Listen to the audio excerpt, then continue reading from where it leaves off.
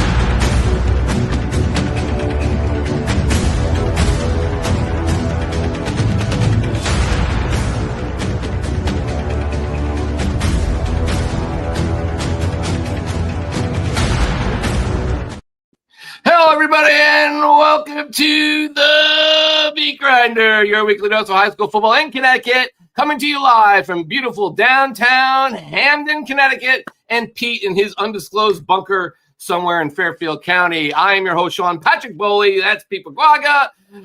Welcome to the our first number 1 versus number 2 game since 2022 and the 9th since 2005. You saw a little... What a blast from the past that was, Pete. Some of the greats, even Pete made a cameo in there. I'm obviously behind all the footage from the games. A lot thicker version of myself in those. But, I mean, see some of those players, some of those names, some of those schools. I mean, Jaden Sheardon's popping up in there. Whopper. Ty Kaminsky, Whopper. Who else is in those? Vanchek, Rose. The Southington teams, Gemelli. I mean, so many amazing first team, players who have come and gone. Drew Pine, Quentin O'Connell. I mean, just so many amazing players in those videos. And obviously the last one in 2022, Dante Kelly, who was 2-time first team All-State for us. Scarmuzzo hits the game-winning field goal. I mean, there's so much history in that 3-minute span. And the music was great. I was bopping.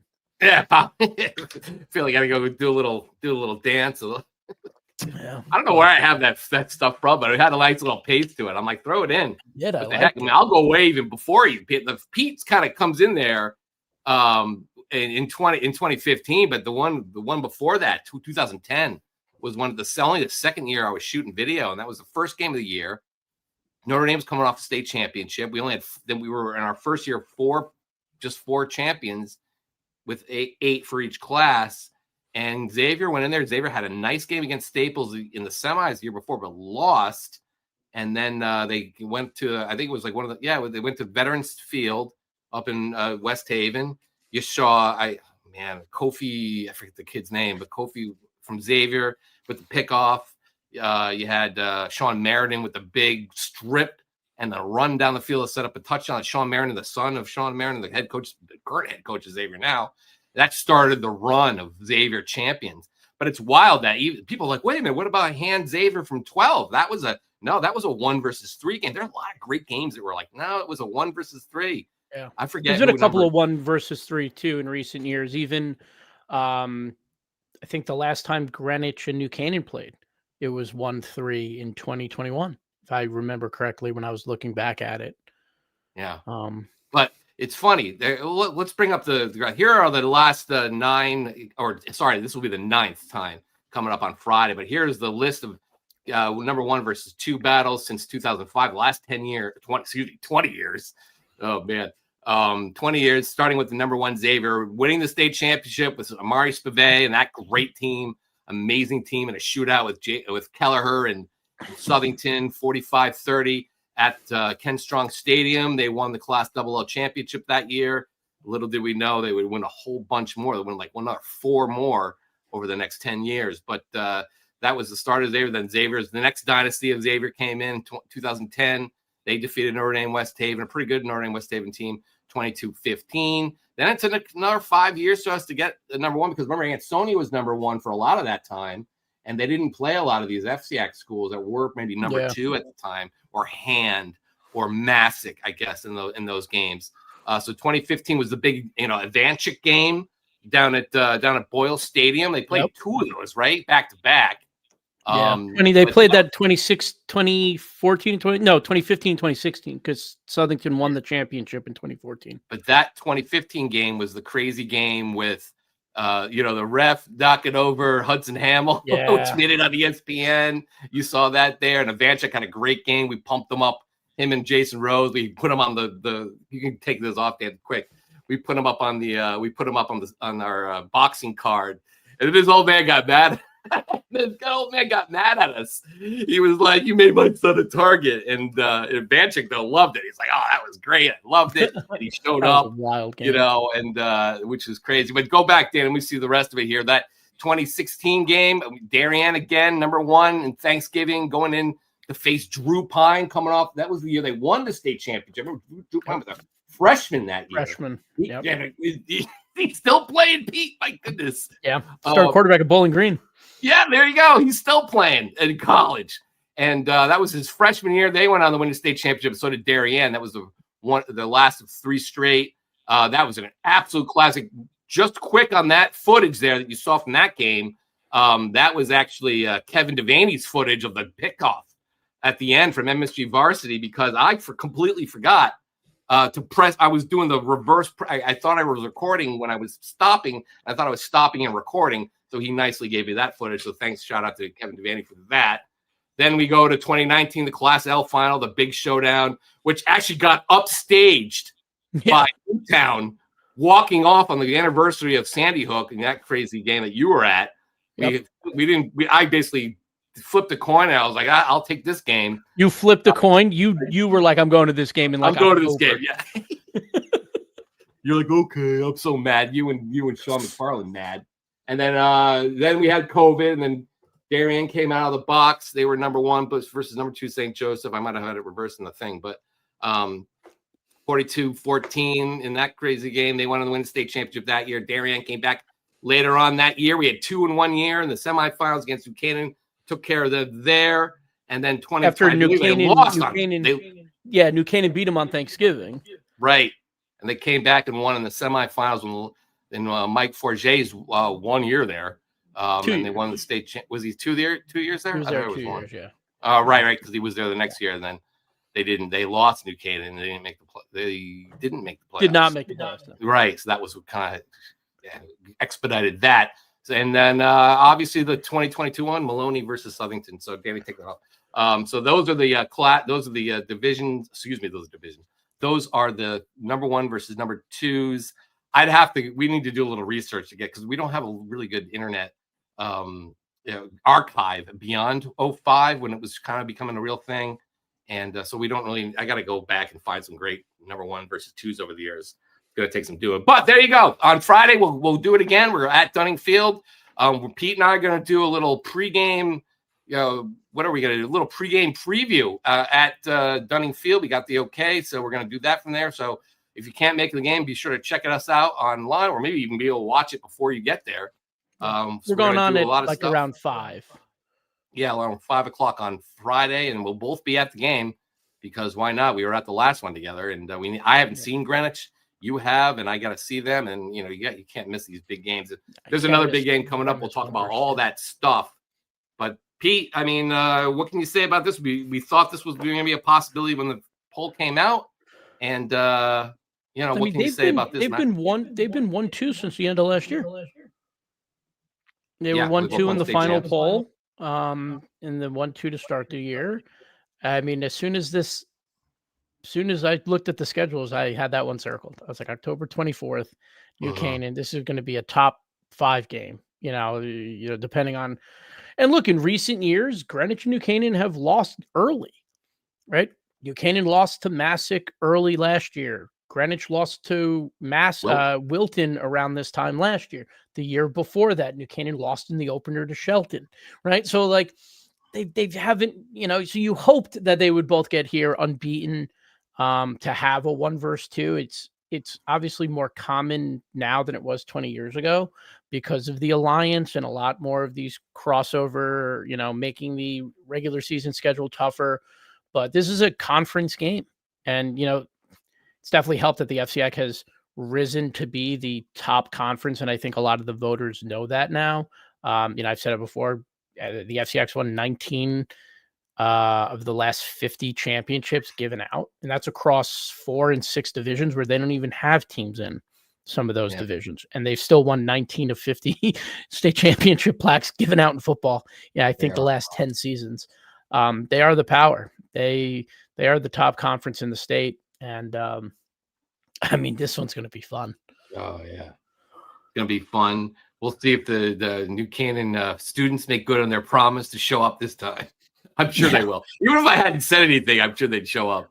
Yeah, so, it's gonna be fun. I went down to Greenwich this afternoon to get some stuff for Friday, and they're excited. They're excited to play. It's one game at a time kind of thing, but there's an excitement there.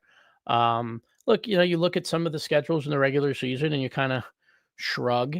And you go, okay, they're going to win this game. You're going to win this game. No, this is a game where you kind of circle and you go, hey, anything can happen here.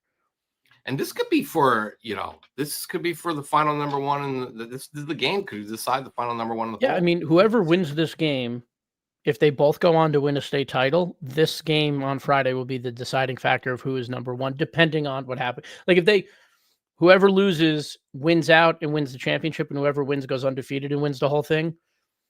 Then whoever won on Friday is going to be the number 1 team. And obviously a lot more can happen. Both of their schedules are not easy. So, well, let's take a quick look. Let's take a quick look at this. Let's go start with Greenwich or whatever one you throw up there, Dan. Let's see where they are right now. These 2 teams that are playing on today. What do you got, Danny? I think I'll take Greenwich or New Canaan. It doesn't matter which one you want to throw up there if he has it. There you go. Let's start with Greenwich Cardinals. Look at this. They started off the season to be beat up on Fairfield Prep, which hasn't lost since. A big win, 31-14. You were at that one. Then they had a little bit of a scare. Not too much of a scare. We don't want to make too much big deal out of it. But Norwalk certainly put a little bit of a fright into them. They had to play in that game to hold them off 27-18. A little closer than it was. They kind of scored late in Norwalk, but still in that game, they beat up on Notre Dame West Haven 38-7, and then at West Hill 63-6, and then they beat Trumbull 44-7. Get a nice bye, and then they play for New Canaan. They follow out with Ludlow Wilton, Darien, and Staples. There's nobody, bad left on that. So they're all four. good winning. That's 4 ranked teams. Yeah. 4 ranked teams in the last 5 games. Attaboy, FCIAC. Let's get that power scheduling going. But here's New Canaan. Meanwhile, they started up with Newtown, which I believe was ranked at the time 30-10. A nice win there. Ridgefield, absolute demolish, and Ridgefield's not bad, 47-zip. I was at the Bunnell game, 27-7, a good defensive battle there. And then they were at St. Joseph. I don't want to say maybe not I guess it was a great defensive battle. You love the defense. If you wanted things to happen, I guess not so much. But Andrew Esposito returned a pickoff for their only points. St. Joseph can only muster a field goal. Probably the best 2 defenses in the state. We'll get to that later. And then at Danbury, Danbury's not bad either. And they beat them up 43-10 October 17th to get a little bit of a bye. Then they go Greenwich, little bit of an easier schedule, I suppose. Stanford at Staples, Trumbull, and then Darien to finish up. So certainly, this is a big one. But here's just really interesting, and I don't want to dwell too much on it because we talk about it all the time. But, again, as far as like Greenwich and Double L, this game really does not matter that much.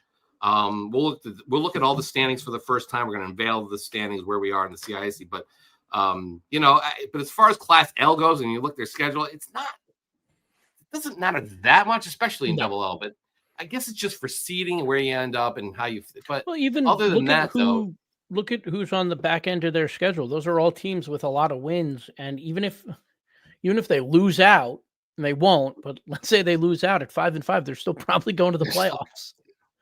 They're still getting in Greenwich. New Canaan a little bit different, but they're not going to lose out. No, they're not. And they both want to win this game, Look, coaches will say it all year. For number one. It's for number one at the end of the year. They both winning. Exactly. And they coaches say, look, it's October. We don't care about the rankings until December. And that's true, but they want to be ranked number 1. They don't want to be ranked number 1 in the preseason. No. We know that. But they want to be number 1, and it's exciting. It's for, you get to say, hey, we're the number 1 team in the state, and we proved it on the field. And I don't want to say there's a ton at stake on Friday, because like you said, like, they're both probably going to go to the playoffs, probably definitely going to go to the playoffs. Yeah. And, I looked at some math because I love math. There were 17 undefeated teams at the midway point last year. 15 of them went to the playoffs. 2 didn't. How many were there last year? There were 17 at the midway point last year. There's 14 this year, but 15 of the 17 went to the playoffs. And one of them was Cheney Tech, which lost out, went 6-4 and missed the playoffs. And one was Bethel, who went 7-3 and missed the playoffs.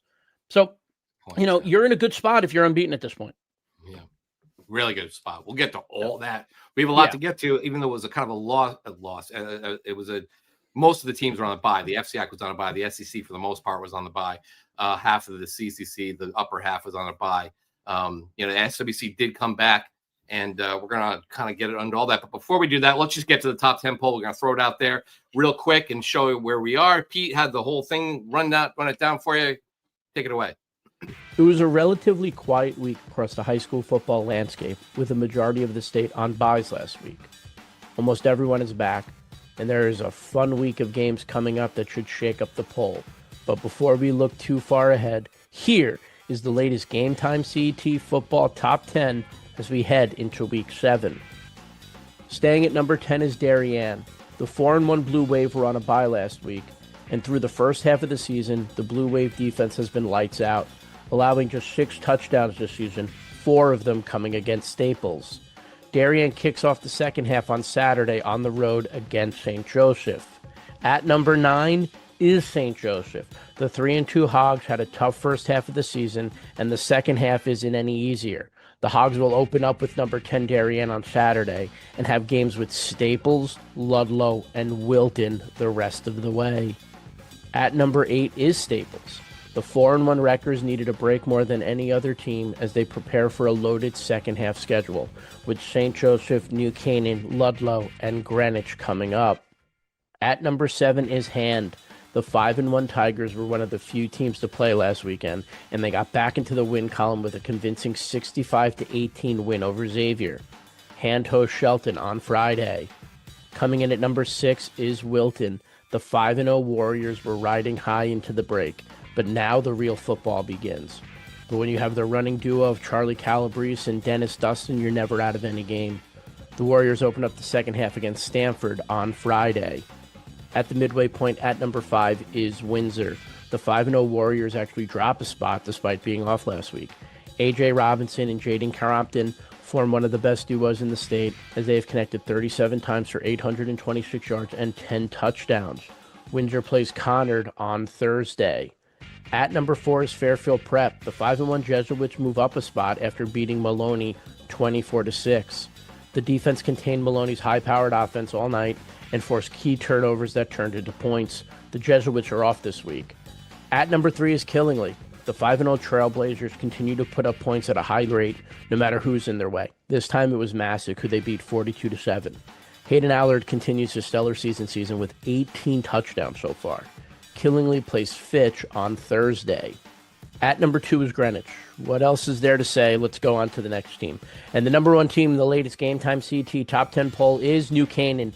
That's right. That means we have a number 1 versus number 2 matchup set for this Friday night at New Canaan. It's the first number 1 versus number 2 matchup since 2022. Both Greenwich and New Canaan come into the game at 5-0. Get your popcorn ready, and we'll see you at Dunning Field. Yeah, we will. So, Pete, that is the top 10. Surprise there. Killingly got a first place vote, huh? Yeah, New Canaan lost the first place vote. That's what happens when you don't play. Yeah. I guess one of the voters was really impressed by Killingly's win over Masuk. Look, Masuk went up there, I think, 2 seasons ago, Jason Champagne's senior year in the opener, and they beat Killingly. This, Masuk team is not as strong as those last 2 season Masuk teams were. But look, Killingly is going to beat the teams that are in front of them. Is the ECC strong as the SEC, the FCIAC, the SWC? Probably not. But they're beating every team that's in front of them. And that's all you can do. There's some good ones there, though. I mean, like, even listen, we'll get to that, but they're beating a lot of, you're right. It's not, the rest of the schedule is not the SEC or I'd love to see them in that division, but, they're killing everybody they face. It's not even close. The engineer, my guy, Allard. You got to win the games that are in front of you. Does it affect how I vote? Yes, but I'm one of 22 people that vote. So, I don't know what the percentage is, but that's what my vote matters. Yeah, I got it there. I got him in there at number 3. So I mean, that's pretty high. I don't. I have them. I think Killingly, Pete just it's not a Killingly thing. It's a small school thing. Yeah. Well, in football, seem to have a lot of guys for a small school. I'll tell you that much. They got some kids who play. Oh, they're awesome. They are fun to watch. Take. They were so jazzed that we were there on Friday. We had Dave Stewart was in the house. We had a photographer there. Look, we love Killingly, and they are well worth covering and well worth going. And we're very excited to see how it's going to shake out in Double S with them. We'll get to that game in a second. But the big game, I went away this weekend. It was my 50th birthday, and I went away, but I was able to kind of keep an eye on things as I was driving up to my destination, and I watched a little bit of that Maloney game. Maloney came in undefeated, trying to do what New Britain couldn't, Pete, at the Raftery. And you were at that game. You had a reel up there, kind of explains it all. But, it really, I don't want to say no contest because Maloney hung around, but certainly Prep stuck it to him winning their 4th straight. What happened? Yeah, Prep took advantage of Maloney mistakes, and Maloney made a couple of mistakes. You'll see here this awesome interception by Newkirk on Prep. He takes it to the 1. They cash it in almost immediately after. I think it was the next play, right? They go up 7-0 really quickly. Then they let their defense go to work. And, the Fairfield Prep defense is very good. You said New Canaan, St. Joe's, 2 best defenses in the state. I think I'd put Fairfield Prep in that category as well. I mean, They are really good. They fly to the ball. They hit you hard. This was the one big play here. Manning to Langston. I mean, that was probably the best coverage you could have had. That's the best coverage you could have on that play. Yeah, but Langston takes it 62 yards for the touchdown. That was their big play. Great throw. Again, the next touchdown, they took advantage of Maloney mistakes. They were in the backfield all day. A lot of tackles for losses. They couldn't get anything done. Manning takes this touchdown in after a fumble on a punt. He cashes in. They played the field position game really well. Ben Cornelius, I talked to him after the game. He might be the best kicker in the state. He cashes in a field goal here late, but he had I think 4 or 5 touchbacks. He punted well. Like I said, there was the one punt return that was dropped. Prep jumped on it. Manning cashed in later in that drive. They took advantage of the mistakes. I'm sure Fairfield Prep wants to, play a little bit better offensively, maybe put some drives together as they move forward. Maloney's defense played very well in that game, but they couldn't overcome the mistakes. And look, you turn the ball over 3 times. Maloney turned the ball over 3 times. Fairfield Prep turned 2 of them into touchdowns. And it's hard to win games when that happens. Interesting that, we said Andre Dixon was out at Waterford, but I guess he ended up in Maloney, Pete. Yes, I believe he made his season debut at Maloney. Yeah. What's that? I think he made his season debut for Maloney this week. So there he is. Didn't have. He kind of had a little bit of a rough game, but that's to be expected when you play for half a season. But that's where the former West Haven player is. If you're looking for that, so maybe he's going to help them down the road. Maloney get some things going. So we'll see how that works out. Maloney's got some good games coming up where they can. Put some wins on the board. Yeah, certainly use them, but put some wins on the board. This is not the last that we're going to hear of Maloney. Yeah, absolutely. And the other big game on the schedule, the big matchup was Bunnell at Newtown. Newtown was kind of quiet a little bit. They got smoked by New Canaan, and then they got beat in a shootout with Windsor. So they had 2 built-in losses there, courtesy of the Alliance, and then won a couple of their other games. And now finally they get a chance to kind of show off against one of their conference teams that we've been pumping. You've been pumping up, Pete, on the Bunnell train. How's that looking? True. Yeah. This Newtown, Marcus Grace threw 3 touchdown passes, and Justin Gonzalez picked off 3 passes, including 2 on Bunnell's first 3 drives. As Newtown, which lost again in Windsor early, and they were real quiet since, knocked off the formerly ranked Bunnell Bulldogs 24-zip at Blue and Gold Stadium. They needed that one. Newtown suddenly back in kind of the thick of things in Class L. Really nice job by there. And here is Justin Martinez, who had the 3 pickoffs, talking about his pickoffs and the win for the team. As a defensive unit, just what was that experience like? No, it was great. I mean, not even just catching the pick, but, after the fact of all of my teammates, not even my teammates, we're all family. It's like my brothers just all coming around me, greeting me, we're getting hype. And, it just keeps the momentum going throughout the whole entire game. It gives the offense a chance to get up. We just keep on going. We play as a family. So really nice job there by Newtown, Pete. I mean, that's kind of like the team you thought would show up. They had 6 interceptions. 6. Yeah, 6 picks. And look, we knew Newtown was going to be in the mix. The early losses, a tough schedule. You kind of forget. I don't want to say we forgot about Newtown because they were always on our radar, but no one was talking about them. No one was like, oh, Newtown. Newtown's a good team. They've been a good team for the last 15 years, decade. Like they're a program. We know they're going to compete. We know they're the big bad in the SWC most years. We knew that they were going to be back in the mix. And, I don't want to say this was a surprise, but I wasn't surprised that Newtown won. I picked Bunnell. You picked Bunnell, didn't you?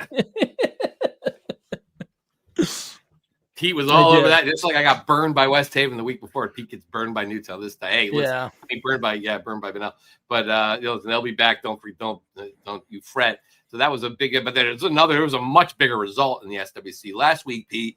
And that happened over at Weston High School, where the Trojans knocked off Notre Dame Prep from the ranks of the unbeaten. Tim Martin completed 8 of 29 passes for 263 yards and 4 touchdowns, as the Trojans, which had fallen all the way to 2-18 over the last 2 years coming into this, and just 4 or 5 years removed from a glorious state championship in Class S, or Class M, I should say, picked off undefeated Notre Dame Prep 38-25. Tyler Umhofer ran for 153 yards and a touchdown on 9 carries, along with 6 catches for 71 yards and a touchdown. And Matt Parsons caught 11 passes for 169 yards and 3 touchdowns in the victory. And, the footage there speaks for itself, zipping up and down the field against Notre Dame Prep. And my goodness, the Trojans look like they're back, and they are squawking at us, Pete. They started the season off. They beat up on Lewis Mills. They beat Masuk. And, then the other losses were, not so great. And then they pick off Notre Dame that came out of nowhere, and they're squawking at us. You don't believe in us. This, that, and the other thing. They're kind of getting mad. And all I said in the guide, Pete, hold on. All I said in the guide was like, you're going to hear he's a freshman. I said that in the guide's the only thing we said. I said, you're going to hear he's a freshman all the time, thinking that the kid from Notre Dame Prep, Harris, was going to have a great game. That's all I got to say, but they're killing us. It's like we're damned if we do. We're damned if we do and damned if we don't. If we talk about them, then we don't like them. If we don't talk about them, then we think that they're terrible. There's 136 teams in the state. It's impossible to talk about every team every week. This is a great win for Weston. This is huge. This was great. This is awesome. We love when Weston's in the mix. That 2019 team, we had so much fun covering them the year they won the championship. And look, I covered Weston for like 2 years almost exclusively when I was at the Norwalk Hour. And I got home Friday, and it was like I saw we got like a handful of messages. One of the messages I responded to, I was like, "We said this? I don't remember saying anything about Weston." All I said, I alluded to the fact that I thought they were going to get run out of there. Alluded to it, didn't quite say it, but look, guys, you beat Lewis Mills and you beat Masuk. That was it coming in. So I couldn't tell you how. I didn't think you guys were going to. I mean, you might have thought that. And God bless if you did, man, because that's a big time win. They showed up. That's a great win. Showed up, not just showed up. They crushed them. And that was a team, that won the new Fairfield game pretty handily the other week. Yeah. So that was just so now they kind of throw themselves a little bit into the mix in Class SS. And again, like we'll get through those standings in a minute, but suddenly Weston in the mix here too. So that's great. Looks like they're back on the rise. Weston's always been a good football town. I mean, like they won the state championship only 6 years ago, which is crazy. So good, really good job. I mean, everybody was just lighting up the scoreboard there. So, but goodness, guys, don't start squawking, and the next week turn around, you lose. Yeah. Take the dub, pump your chest out and be like, told you, and then keep on going. You got a half a season left. So, all right. Long way to go. Staying with the SWC, we talked about it a little bit already, but let's get to that Killingly game up there. Masuk comes in. Remember, they had a history. They've been scoring up and down in the two games. They were like, I think the combined total points in the two games was 174, which is like an average of 42 each or something like that. And this time, though, Killingly held up its end of the bargain, but Masuk did not. Hayden Allard scored 3 rushing touchdowns and returned an interception for the touchdown, which ties the state record for most interception returning touchdowns in a season. That's 4. He's already got 4 as number 3 ranked Killingly just demolished Masuk 42-7 up at Morgan Field, Dayfield, courtesy of our guy there, Dave Stewart, who went all the way up there. And like you said before, they were pumped up to see us show up for a big game there. And Allard, by the way, he has now 5 pick sixes, which also ties the state record. So he's going to end up etching his name hardcore at the top of the record book there. And again, he's only halfway through the season. Just a dominant performance. He has joined some exclusive company. So he's tied with 4 with Jamal Johnson from New London, Phil Bresson from Torrington, and first teamer Jack Coughlin from Amity, who did it in 2021. Coughlin. And then career-wise, he ties Bobby Valentine, the Bobby Valentine.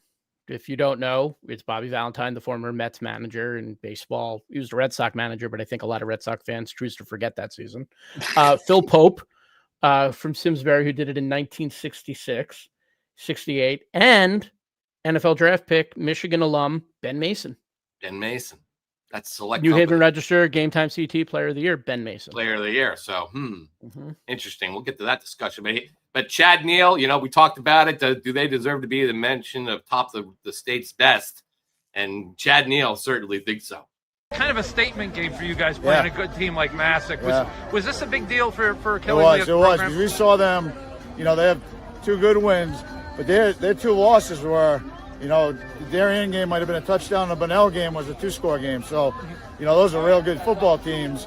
And we knew we had to come to play tonight, and we did. delivered a message a little bit today. Yeah, so. we're a good football team. Yeah. This is a good team.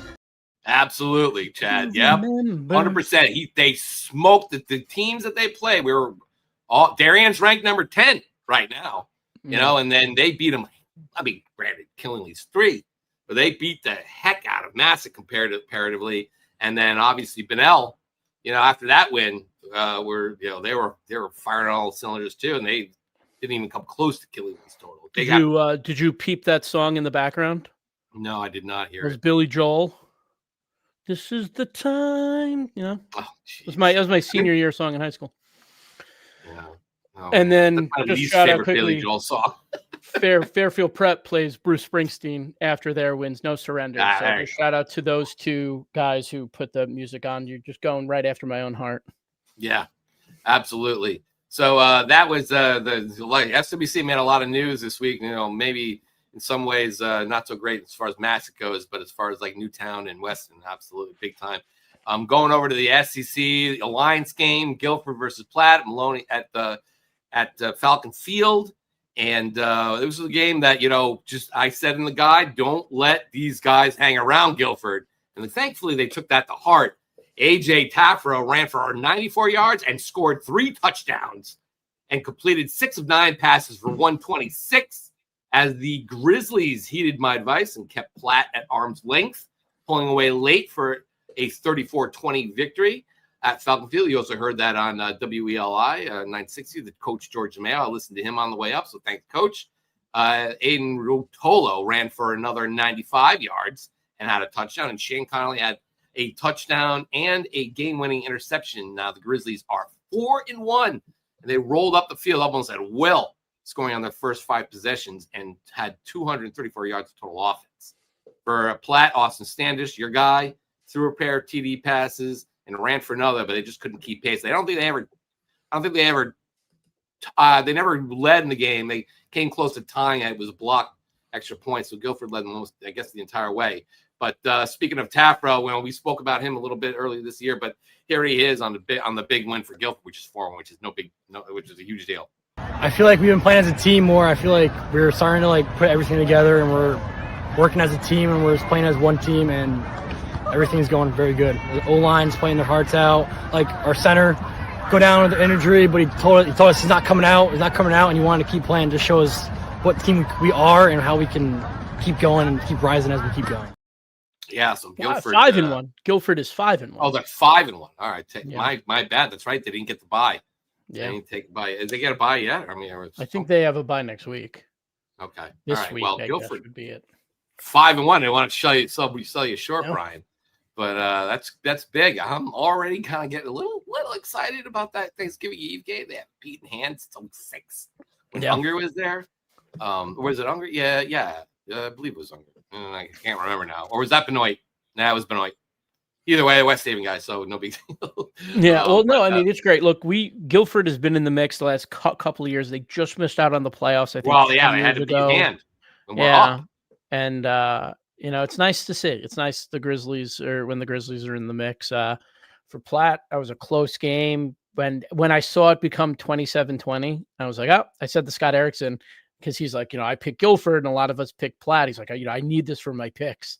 And I'm like, this Platt's got them right where they want them. And Guilford was like, we're good. We're going to extend our lead and put this one away. Yeah. Now, on Saturday, interesting things happened. Number one, Ned Griffin, our guy, does contributing work for us. Thanks, Ned. But he doesn't ever take video. Well, he decided to go over to, because he doesn't live too far away, decided to go over to NFA up in Norwich. They played Fitch, which came in 3-1, I believe. Yeah, 3-1. And Ned, at the end of it, saw one of the craziest finishes. Now, this is like before the Giants-Denver Broncos were a thing. This was the game this weekend. Oh, God, don't even get me started on the Giants. But before the Denver Broncos pulled that off, this wasn't quite 33 points. But a crazy result. NFA pulls out the win. Here it goes. Jaden Croton caught a go-ahead 51-yard touchdown from Aaron Driscoll as a Wildcat. Scored twice in the final 18.2 seconds to defeat Fitch 35-28 in the ECC. Mihi Blessin Maddox Moore scored on a 7-yard run with 18.2 seconds remaining. And the extra point was blocked by Porter Carter of Fitch. So they had to get a 2-point, excuse me, not 2-point yards. So they had to get the onside kick. They recovered that. And on the first play, Croton sneaking down the Fish sideline, caught it, ran the final few yards for the go-ahead touchdown. And that was it. They scored both TDs in 10.5 seconds. Coach Dylan Schloff said, I think this game took about 3 or 4 years out of my life, and it was worth it. Just an amazing job. They were looking for a signature win, any kind of win. You know, they almost beat Xavier. They went for 2, didn't get it. They kind of had it rough. They Trumbull game, they lost by a point, I think, too. Finally, maybe NFA, you know, back on the men. Maybe not quite. They were still down in that game, but to pull that out, that's huge for NFA, which has been absent the last few years. Yeah, I mean, that's we all pick Fitch. Everyone but the 8-ball picked Fitch to win that game. And 8-ball off to is on its way now. Coach, it might have gotten delivered already. I'm the one who mailed you the Magic 8-ball toy. I don't know if I put a gift message in there. That's the 3rd one in a row. Every week. Masuk, Bridgeport Central, Wilton Staples, NFA Fitch. Attaboy 8-ball. 3 Magic 8-balls this year. Insane. What a game. What a game. Crazy game. And Ned getting the footage, Pete. Oh, Ned getting the footage all time. That was great. That's our guy. That's why we love Ned. Ned does stats, just to give you an idea, to get a little behind the curtains. Ned does stats. And to do stats and video, very hard. Impossible. You have to Ned does hold the your best phone up. The best stats. He does. Yeah, and he knows all the rules and everything because he learned from the best, Bob Barton. But you have to put up your phone, and then you got to write it down. Sometimes you got to think math in your head, and as Ned might say, me no good math. So So good job by him getting that footage you just saw there. So NFA now 2-3, right in the Class Double L race. And Fitch at 3-2, suddenly in trouble in Class Double M. They got Killingly next week. Fitch. And then they get Waterford, and they also have to play West Haven in a Alliance game and Ledyard at the end of the year. So Fitch suddenly dicey. But that's a big, big win. Another big win. I didn't really mention, but Middletown almost knocking off. I'm almost losing to Bristol Eastern in that game, but they scored late to get it. Here was the winning touchdown. I don't have the name here. Also, I thought I had it, but is this it? No, this is it. Great play down inside. They were trailing the whole game. 7, right? 7-0. And trailing the whole time, and there was a pickoff to end it. But Middletown stays unbeaten with a big win because Bristol Eastern was struggling this year. That would have a huge signature win for them, and Middletown pulls it out there. You got it, Pete? Yeah. No, I was going to say it was 6-0, and the Middletown went up 8-0 to remain 8-6 to remain unbeaten. I mean, look, they've been in some close games. They went to double overtime against Newington. This team they're winning these close games, and that's important. I was like in the guide. I said this week's guide. I said I don't see them losing a game until maybe the end of the year, if that. Sure enough. Great job by Bristol Eastern hanging in there. Great job by Bristol Eastern. Speaking of great jobs, Rocky Hill hung in there with our guy, Northwest Catholic, Caden Davis and Vinny Burbank. Here it is. I said in the guide also the Rocky Hill's defense struggled against a passing attack. E.O. Smith, they lost like at 35-21. But against Vinny Burbank and Caden Davis, it looks like they're going to be in trouble, even worse trouble. But they were in it. They allowed a 56-yard touchdown pass from Burbank to Davis, and then they scored another late touchdown for Caden Davis as time expired. That's like his signature calling card there. But Rocky Hill defense didn't allow another the rest of the way. But Northwest Catholic's defense, led by the big sophomore, you guys got to check him out. Caden Reese, sophomore. Big kid, good-looking player, and Jay Krause, they combined for 17 tackles, 5 for loss to keep Rocky Hill, which has been playing well. The record doesn't quite show it, but playing well. Northwest Catholic stays undefeated. So final score 14-7, which was a little bit of a surprise there, Pete. Yeah. Caden Davis did his thing, though. Yeah, he did. So 4 catches, 95 yards, 2 TDs. He also had a pickoff in that game. Yeah. And last one I'll mention quick. There are a couple here I want to mention. But Plainville's Anthony Albarno right? He takes over for his brother, comes back from the ACL injury, takes over for his brother, completed 17 of 46 passes for 331 yards and 5 touchdowns, and lost as Bloomfield won a shootout, 54-41. Freshman Darius Brathwaite caught 2 68-yard touchdown passes from Cameron White, who ended up with 3 touchdown passes, and a few 2-point conversions, and a fourth 2-point conversion via pass, and all. The Warhawks have been playing much better. They've won I believe now it's 3 straight. Yep, or 4 straight. I believe now they're 3 straight. They're 3-2. 3-2. So they've won 3 straight since starting the season 0-2, and that was a big one for them. So really, really good job. But anyway, that is that's what happened last week. There's a lot of other stuff we get to, but now we're going to get the midseason report here, and we're going to do a draft of our players. Hang on to your hats for that one. But the first thing I want to show you is just how many unbeaten teams are left in the state. Here they are. In Class L, New Canaan. In Class LL, Greenwich. So there you go. That's the game of the week this week, obviously. Class MM, you got Middletown 5-0 by the hair of their chinny chin chins. Wilton, which was on a bye. Windsor, which was on a bye. They're all 5-0. In Class M, you got Berlin 5-0. Rockville 5-0. Waterbury Career Academy 5-0. In Class SS, there's one team you're not seeing there, and that's Ellington, which got just absolutely beat up by Creck of all teams. Our guy Aaron Later, I don't know what happened up there, guys, but tough loss. And Creck suddenly got a huge win. They're in the race too. We'll get to that, but other than that, there are only 2 left in the SS. Nonawag, which beat Platt Tech this week. They're 4-0. Killingly 5-0. And then Class S, you have Cromwell Portland 5-0. Northwest Catholic 5-0. Seymour and Woodland 5-0. Playing a big game against Ansonia this week. Now let's take a look at the CIAC playoff standings real quick. Pete, here they are. We're going to go bottom up. This is where we stand at midseason. The Class S playoff rankings are as follows. Here they are. Right now, it's a pretty good race at the top. I think you got 5 teams right now: Seymour, Woodland, Sheehan, Cromwell, Portland, Northwest Catholic. I think they're all in obviously they're reasonably good shape. And then you got North Branford 4-1. They've run pretty much their gauntlet of their schedule. We'll look at that in a second. But Griswold 4-1, and Ansonia right now hanging on to the 8th spot. Then you have Valley, Wolcott, Bloomfield marching up the standings, Stonington marching up the standings a little bit, and even East Catholic down there.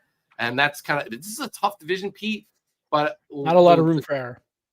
No, but the couple teams I want to talk about here is, first of all, North Branford's schedule in Class S. North Branford has got Capital Prep, then Creck, then Windsor Lock. So at least 2 of those games they should win, I think. And then they got Granby, which right now they're 3-2. They're kind of making a little bit of a comeback. And then Coggins, East Hampton, and Hale Ray. So I think North Branford's going to be in really good shape.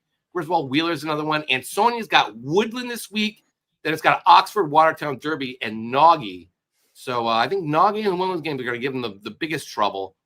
Well, maybe not Naughty at this point. But all those teams up there, I think they're in all pretty good shape. Northwest Catholic plays Bloomfield this week. They got Avon Tolland and Lewis Mills and East Catholic. I think they're fine. And Sheehan, obviously, North Haven this week. And they wrap up with Cheshire, Shelton, Lyman Hall. They also have Harding in there. So they're not quite out of the woods if they got some tough games left. But I think the rest of these teams are pretty good shape. Let's go to Class SS. Weston, obviously, Pete, as we mentioned, making a march up the standings. They're now in the 8th spot with that big win. They got a ton of points from that. Ellington drops down to 7. You got New Fairfield, which almost lost to Stratford this week. They needed to pull that game out late. So good job by Stratford kind of hanging in there. Law, Hand, Killingly, Nonawag. I think they're all in fantastic spot. Waterford's got some pretty tough games left. I'm going to quickly give you their schedule to see where they can end up here. But Waterford's got Woodstock. Then they get Fitch, then Wyndham. And they also have Killingly and then East Lyme.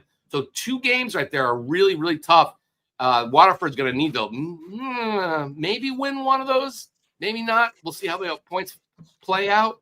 New Fairfield's got Barlow, Poprog, O'Brien Tech, and Bunnell and New Milford. I think they're going to be fine. But I think the rest of them are going to have a Weston now.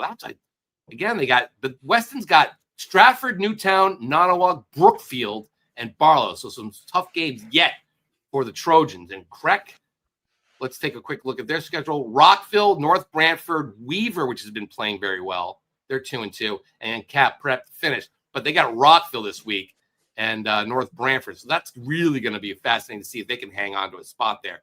And after that, it's kind of a toss-up, and we'll see if Ledger can sneak in there as well. Going up to Class M. Brookfield in there at the 8th spot. Guilford's marching up. They're kind of lying in the weeds. Guilford's schedule is Hamden, Amity, Lyman Hall, and Hand. I think they're going to be pretty good. The Amity game kind of looms there for them. I think they're going to need to win that game. I think they also need to beat Hamden, which can be tough, especially for smaller schools. Lyman Hall has been playing very well. They're 4-1. And obviously that hand. So I don't know, Guilford. You might want to start piling up some wins here because you're going to need it. The one, Pete, though, is St. Joseph at 7, 3-2. St. Joseph's schedule. Danny, why don't you pull up St. Joe's sched for quick? Drop this out. Let's see St. Joe's sched. So St. Joe, look at this. 3-2. They get Darien at Staples, Ludlow at Wilton, and then wrap it all up at Trumbull, which is the Rumble and Trumbull, which is a crazy game. St. Joe at number 7. They need points, and they need to start getting them quick. And Darien winning this Darien game will certainly start it. But Darien, Staples, Ludlow, Wilton, back to back. Real tough. Pete, any thoughts on St. Joe? They need to, like you said, they need to accumulate points. They do need to win games. Those four, the next four, Darien, Staples, Wilton, and Ludlow. Do they got to win 3 of them? I got to win a few of them. I don't know about 3. They're going to get points. See, if you beat a team that's really good, you get like almost not quite the same as beating 2 bad teams, but you get a lot of points back that way. But they have no margin for error. Yeah, that's for sure. So none. Go back to the Class M. I'll take really just kind of wrap it up. I think Notre Dame Prep. They got Brookfield, Newtown in there left. I think they should be all right. Rockville, I think, is all right. Berlin's all right. I think all those teams are all going to get in. Brantford has Pomperaug, Xavier, Lyman Hall, Bassick, East Haven. I think the Hornets, sorry, John. I think the Hornets are going to be fine in that one. Then Lyman Hall, Harding, Amistad, Brantford, Guilford, Sheehan. So a lot of those top 6 teams, especially, I don't see much of a margin there. And so it's for St. Joe and Brookfield, which played in this last year's final, it's going to be a tight race there with Guilford. Maybe, I don't know about Pomperaug. They had a big win this week, 10-0 over Barlow. But anyway, and then they have North Haven way down there at 12 right now, and they got Sheehan this week. North Haven's going to need to win that because they got Prep, and they got West Haven left to go among them, New London and Hamden too. But really tough. Holy Cross way down there at number 14. Crosby, Waterbury, Career, that's a game they're going to have to win. Or Woodland at least. If they win both, I think they'll be in better shape, but they're way down. They just don't have any points. Class Double M, Danny, quick. Here it is. You got Wilton, Windsor, Middletown, Newington. I think they're all in pretty good shape. I know Newington's got Berlin this week, and then they got Weathersfield. I think they're going to be fine. Weathersfield, E.O. Smith, Ram, and Bristol Eastern. I think they should be fine. Middletown, I thought Middletown was going to be fine, but that was a squeaker against Bristol Eastern. Then they got E.O. Smith, which can be dangerous. South Windsor, which can be dangerous. Weathersfield, same deal. Farmington and Berlin to end. So, I think they still make it. I think they've built up a good buffer there. But now, interesting. New Milford, Bethel, Pomperaug, and New Fairfield, and Stratford left. They should be fine. Fitch is the one, like I mentioned before, their schedule. Killingly, Waterford, West Haven, back-to-back weeks. That's going to be tough for the Falcons. So, and then you have Torrington. I think Torrington's going to be fine. And then that leaves Masuk, Stratford, Weathersfield, kind of all lying in the weeds there. But I think you're only looking at 2 spots right now, maybe. Yeah. Class L. Yeah, maybe. Class L, you got New Canaan, Darien, all going to be fine pretty much. Darien's schedule's tough too. St. Joe, Trumbull, Ridgefield, Greenwich, New Canaan. They're not quite out of the woods either. Maloney, I think, is going to – I got some big ones. Hall this week, then New Britain, Glastonbury, Southington, and Platt. So, they would be favored in most of those games, I would think. But certainly a lot of wiggle room here in Class S. Cheshire's got a big game with West Haven. I think if Cheshire wins that, man, they're going to be in great shape. But then they got to beat Sheehan, Amity, and Southington at the end. So they're not out of the woods. Ludlow, their schedule's brutal. Trumbull, Greenwich, St. Joe, Staple, and Ward. So they're not really – they're no sure thing either. Ward is another one. They have Staples this week, and then they have Wilton And then they also got to play Ludlow at the end there. So that's going to be tough. And Norwalk's no slouch either for Ward. Newtown's got Brookfield this week, a must win. And then you got Weston, suddenly interesting, although I still think Newtown's the best team in the league. Then you have Bethel, Notre Dame Prep. We'll see where they end up in that Masuk game at the end of the year. I think Amity's really might be in trouble. They have Hill House, They got West Haven, Guilford, Cheshire, and they got to play Shelton, which they never, even though they won last year, have a tough one. Platt's out on the outside looking in. You got Southington, New Britain, Maloney left, and Hall. no easy road there. This is a really tough one. I couldn't even begin to tell you who's going to make it. And that doesn't even include Wilcox and Canaan, which have opted out because they'd currently be at like 5. Mm-hmm. Yes, Wilcox opted out, and with those points, 115 right now, they would be tied for 5th or 4th, I should say, tied for 4th. Yeah. So, guess they did a lot of you guys a favor. And then finally, the worst division of them all is Class Double-L. Right now is just my goodness. Greenwich is 5-0. I think if they lose out, they'll get in because Prep, Staples, New Britain, then it falls kind of off a cliff. Glastonbury's been touch and go. West Haven lost the second game. They got a tough schedule left. You've heard all the times I mentioned West Haven the last few playoff rounds. Trumbull 2-3. It's nice, but they have a brutal schedule left. Trumbull, Ludlow, Darien, McMahon, New Canaan, and then St. Joseph. So I would say they're probably going to be outside looking in. They only got 2 wins anyway. And then lastly, you got Southington, Danbury. Pete, you said you were looking at their schedule. I think Danbury's got a chance. McMahon, really Norwalk, Central, Westel. Now, none of those teams are going to give them many points. So they're going to need some teams above them to lose. The key for Danbury, Pete, is Ridgefield. Yeah. I think if they need to beat Ridgefield. Especially, I mean, look, if Glastonbury or any of those teams fall out, maybe not. If they can get it, let's see, 6-4.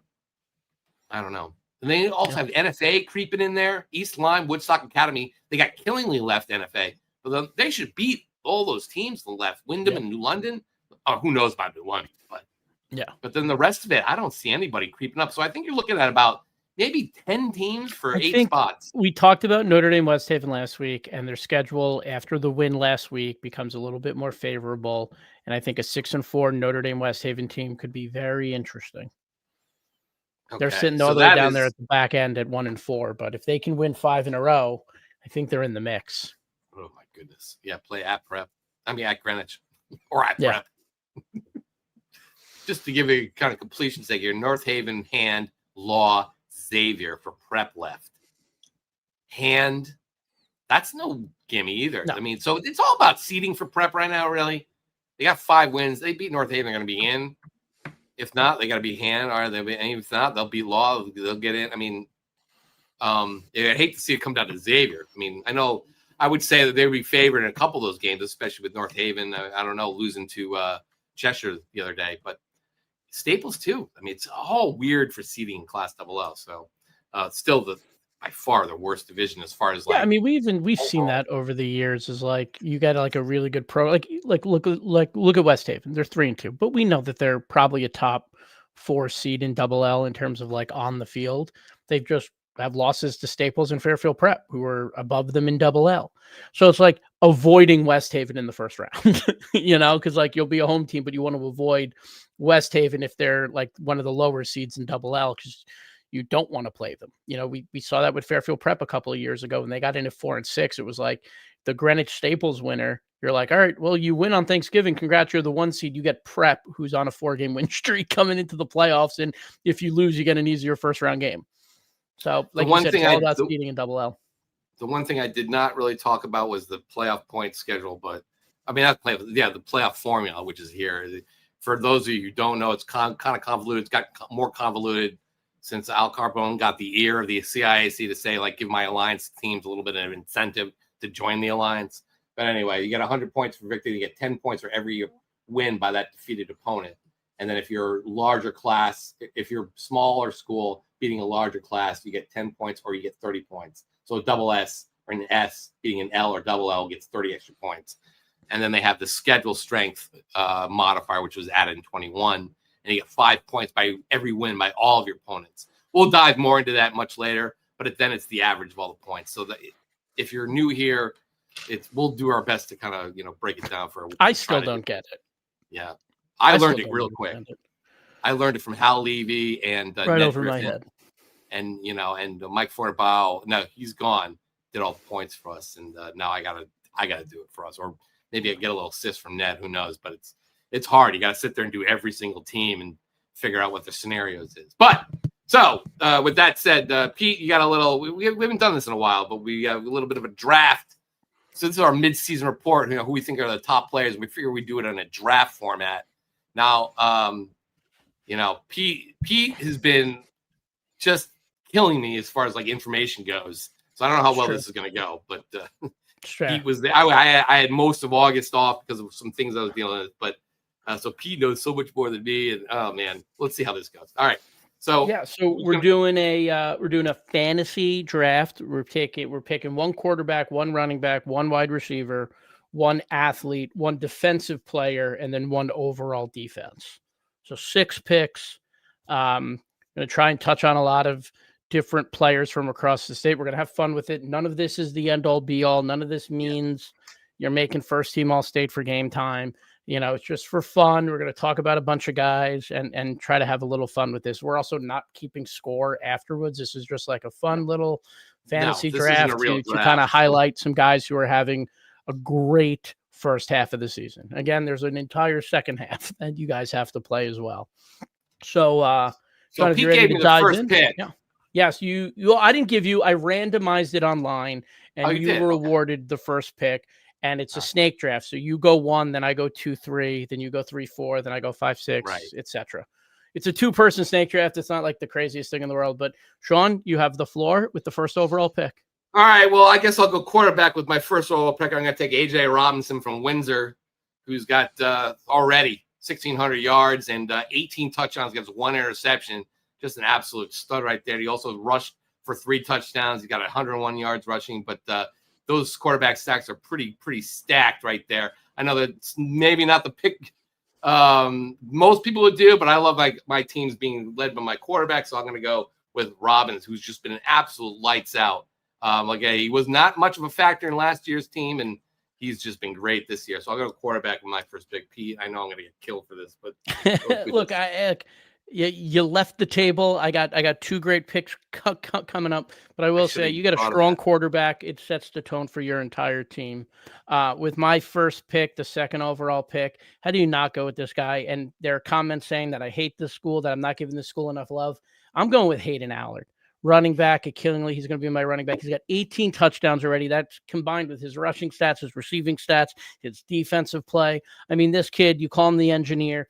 He is amazing. He is an absolute stud. Right now, he is the best running back in the state, and he's playing with it. We hyped him up all off season, and he has backed it up. And then Killingly is on a path to win another state title. They went undefeated last year. They're undefeated right now. They are on a collision course with Daniel Hand in the Class SS championship, and it's going to be all on Hayden Allard leading them there. So I'm going with him with my first pick, the second overall pick in the draft, and staying with skill positions because I love skill positions. With the first pick of the second round, I'm going with Andrew Esposito. I'm taking back-to-back first-team All-Staters last year for us.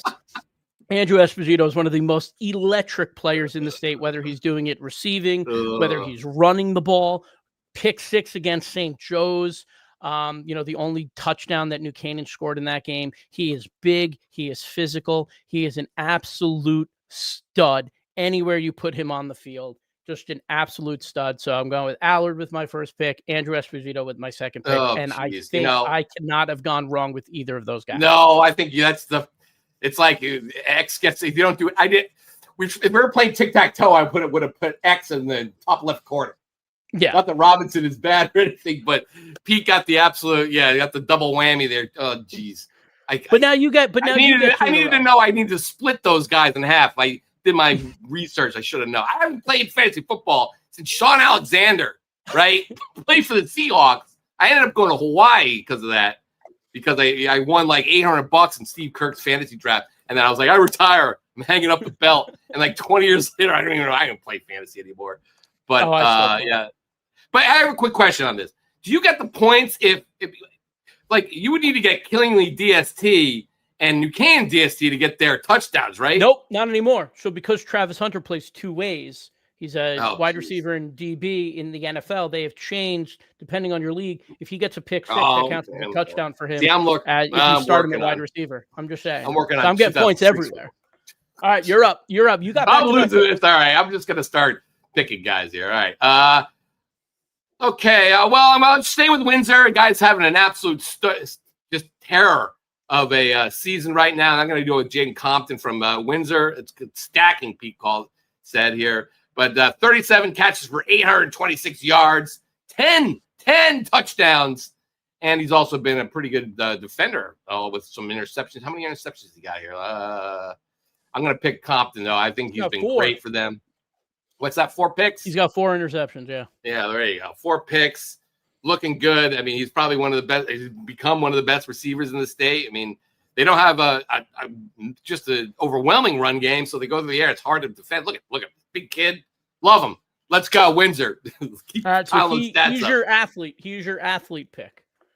So you still get. Oh yeah. Right. Sorry, I didn't mention that. Yeah, that's my athlete pick. I'm gonna go around. I'm gonna go running back. Let's go with Jaden Allen from New Britain, who's just been an stud, just a stud this year. He's been rolling up the stats. I don't have it in front of me. All of a sudden, where'd it go? Hang on. He's got a lot of everything. You got a lot of everything. I got it right here. Do they have the stats? Yes, they do. Okay. As I keep pressing the button to hit stats, there it is. Let's take a look at here. Jaden. Is that it? Is that right? Rushing. Where is he? I can't see him. They have it. Oh, there it is. Allen. All right. 1,000 stats. There it is. He's got 1,000 yards already. He's got 17 touchdowns, 5 over 100-yard rushing games right now, and even they are 4-1 and looking pretty good. New Britain marching back to the state playoffs this year. I think they make it. Pete, that's my running back and my athlete. What do you got? I think he's absolutely phenomenal. He would have been my second pick as running back. I think he's an absolute stud. I think, New Britain likes to chirp us. Oh, we don't give him enough love. He's so good. We think the world of him. He would have been, my next pick at running back. But those are 2 solid picks, man. You're back in the mix. I'm all right. Yeah, I feel better. All right. Well, I'm going to go with my athlete next, and I got to see this kid play 2 weeks ago, and I'm going with Charlie Calabrese from Wilton. I mean, he's playing quarterback. He played running back last year. This kid's just an absolute freak. What a great athlete. 626 yards this year, already rushing, 14 rushing touchdowns. Wilton is 5-0. They're number 6 in the poll. He could throw a little bit too. He's got 2 passing touchdowns. He even has a catch this year for 15 yards. He is just an absolute stud. I know he works really well with Dennis Dustin, and they are just formed this electric attack for Wilton, but he's a guy that you could put anywhere on the field. And he's a really good lacrosse player too. Just an absolute overall great athlete. That Staples game was just so amazing. He's got 4 touchdowns in a couple of games this year. He can just do it really all for Wilton, and he makes them so dangerous. So I'm going with Charlie Calabrese as my athlete. And then going into the 4th round, I'm going to go with our first defensive player off the board. And let me tell you, I absolutely love this kid, and it's Bunnell's Ricky Miller. I mean, other than the fact that he is just an absolute monster on the defensive line, just causing chaos. He got 5.5 sacks this year. He's got 38 tackles. This is a kid who played offensive line last year and is now playing running back. He's got a couple of touchdown runs. He even threw a touchdown pass against New Canaan. I mean, this kid could just do everything, but he is just an absolute monster on the defensive line, just causes chaos and really makes that Bunnell defense go. Ricky Miller is my defensive player pick. Sean, you're up. So this is going to be my wide receiver. Yeah. I am going to go with the aforementioned Caden Davis of Northwest Catholic. 31 catches, 752 yards, and 11 touchdowns so far this season. He's also a ridiculous defender, though I don't know if I get the points for anything for that, right? Or we do? Yes, you do. Okay, I do. All right. Well, he's been really good on defense. He actually makes just absolute terror. makes a ton of tackles, has interceptions, and he hits hard. Just a great overall player going to Wesleyan this next year. We saw him against Barlow, as you can see here, and he was just sick. Great player. He's got to be on my team. Bring him on. I'm getting all these northern. It's like northern teams. What the hell happened here? Yeah, I'm really playing into Pete has an FCIAC bias. Or Pete has a Fairfield County bias. All right. That's my. That's going to start the fifth Yeah, round. that's right. So I got a defensive player to pick. I'm gonna stay in the CCC. I'm gonna go with Heath Whedon from Newington. I had him on my board. Just an absolute stud at he's a linebacker. He can kind of do it all for them. He was a great player last year. Really kind of powered that. And they've needed a defense this year because the offense is, even though Sims is great, the offense has been really struggling to score points. And the defense, though, for Newington has been absolutely lights out. And Whedon is a massive part of that. Great player. He's tremendous. That's my defensive player. We'll go back to you, Pete. All right. Well, because you took a quarterback first, I could wait for my quarterback. This was strategy on the strategy on the part of Team Pete, and quarterback's hard. I'm going to be really hard. I'm going to be really honest with you. Really hard, but this kid is an absolute stud. I loved him last year. I talked him up last year. I talked him up heading into this year, and that's Law quarterback Matt Whitman. I mean, he is phenomenal. We joke, John Nider was the quarterback before him at Law, and he did some great things at Law. And Matt kind of comes in as a sophomore last year. He's a dual threat, and he's really taken it to another level this year. Law's 4-1. He's thrown for 1,200 yards, 11 touchdowns, just 1 interception, and he can do it with his legs. 457 rushing yards in 5 games, 6 touchdowns against Lyman Hall, 20 carries for 200 yards and 4 touchdowns. He can beat you with his arm. He can beat you with his leg. This Law team, I really, really, really like, and it starts with Matt. So he's going to lead my team under center. And then we saved our defenses for last. I'm going with my boys. I'm going with the St. Joseph Hogs defense. We talked about them earlier. 2 best defenses, one of the 2 best defenses in the state. I saw them against New Canaan, and they were just absolutely lights out. They might not be the biggest group, but Will Zaccanino is phenomenal. I mean, look at him, number 52. He's huge. But they were not scared of New Canaan's big, bad offensive line. They dominated the line of scrimmage in that game. They played so well. They make big plays. They play in low-scoring games. St. Joe's defense is one of the best in the state. And they can play for me any day of the week. That's a great pick.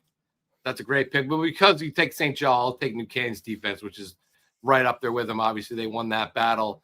St. Joseph. Well, St. Joseph allowed the only 3 points. No, wait, they didn't allow any points. New Canaan's allowed 3. But New Canaan's defense did all the scoring. So I'm going to take the New Canaan defense led by Esposito on defense, who, he made his name for himself as a wide receiver. But then there was that game against Staples last year where he had the 2 pickoffs late to make sure the records couldn't come back in that game. Kind of started the legend and legend. I can't believe I'm saying that, but there it is, the pickoff right there. I mean, he's just a stud player of the year candidate. You have him on your team, but I'll take him on the defensive side of things.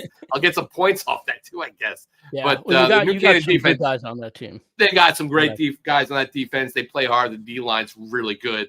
You can see them here going after Bunnell, and just an absolute awesome team. It's funny you mentioned you talk about the quarterbacks. I mean, the kid of Woodland. He was on the board too. And that wouldn't be another guy, or the Pringles. There's a lot of good players. Yeah, a lot of good players. These teams, there's a few guys we had to live, but that's our draft. There you go. A quick little draft about the midseason. I think Pete kind of with the 2 player of the year, possible 2 player of the years back to back. I didn't even think about that. Here I am taking quarterback, but hey, I'll take my guys in the battle with anybody. So let's go, fellas. Yeah, look, you mentioned Andrew Esposito. We're at the midseason point. You mentioned player of the year candidate. Yeah. Other than Andrew, is there anyone who stands out to you that maybe kind of is at the front? Well, I think in the group of guys. Well, I think Allard's making a huge push for it right now. Yeah. I mean, he's already halfway through the season, and he's already tied the state record for most pick sixes in the season, which is insane. And they're not playing chumps either. Nope. They're really good. I think this might be their best team ever. which is, and we'll see how it plays out. I don't want to get too ahead of myself.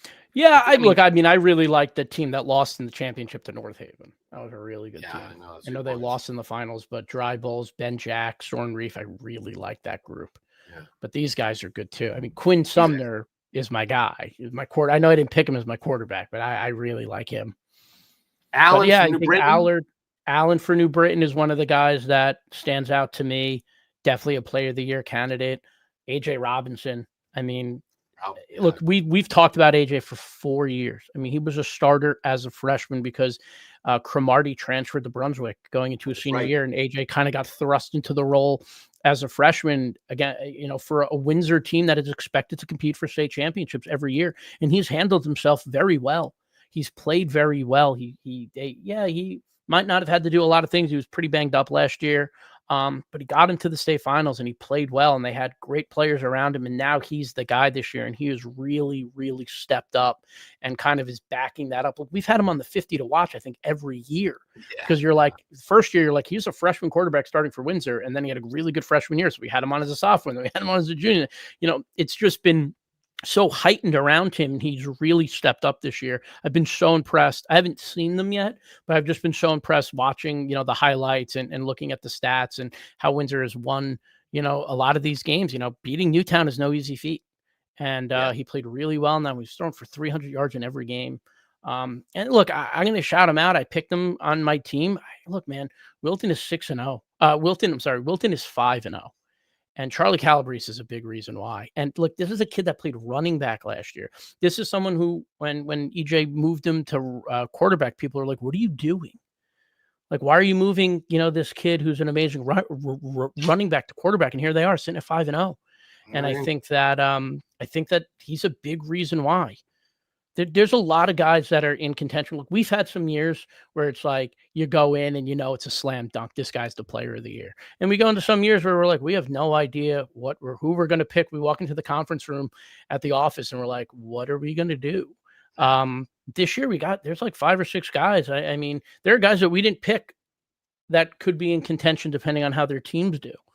And it's really interesting, but it's a fun thing to pick. It's a scary thing to pick. It's a very scary thing to pick if you want to get it right.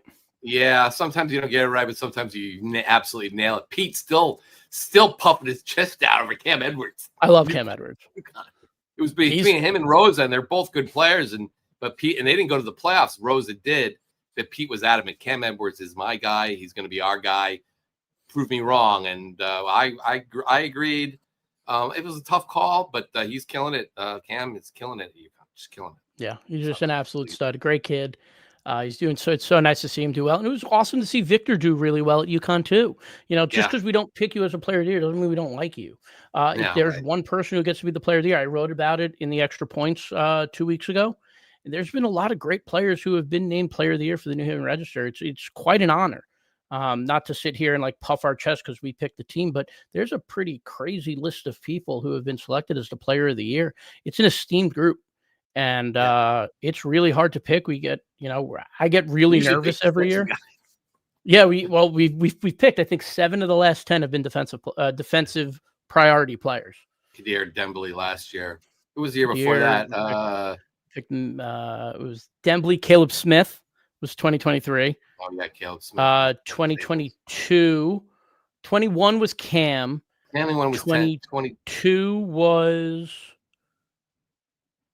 Oh my God! Anyway. The player. I have it all written down. I should actually know this off the top of my head. You'll think of it as we go to the games to watch and get out of here. Here we go. No, I have it. Oh, it's Danny Shaven. Danny Shaven, of course. Another UConn guy. The last of the he's at Colgate now. He's at Colgate. Good for him. Yeah. Good for him. Colgate, that's a good spot for him. I think that's a really good spot. Great player. And then just quickly, 2019 Mike Morrissey D-line. 2018 Mosey BC D-line, 2017 Kyle Godfrey DB, 2016 Ben Mason linebacker, 2015 Mark Ivanchek D-line, 2014 Zach Allen D-line. $100 million man on the Denver Broncos, but that was 1, 2, 3, 4, 5 or 6 defensive players in a row. I mean, Morrissey was an interesting one, and not Sheridan. Don't get me started on that one. He started. Yeah, I love Morrissey. It's, I it's love hard. Morrissey. It's a hard thing to He pick. deserved and it. That team was stacked defensively, and that was kind of like the thinking. But Jaden Sheridan, he was the engine. He was the engine. He made them go. It was a tough call, but whatever. What are you going to do? Jaden Sheridan had a great college career. Great. Yeah.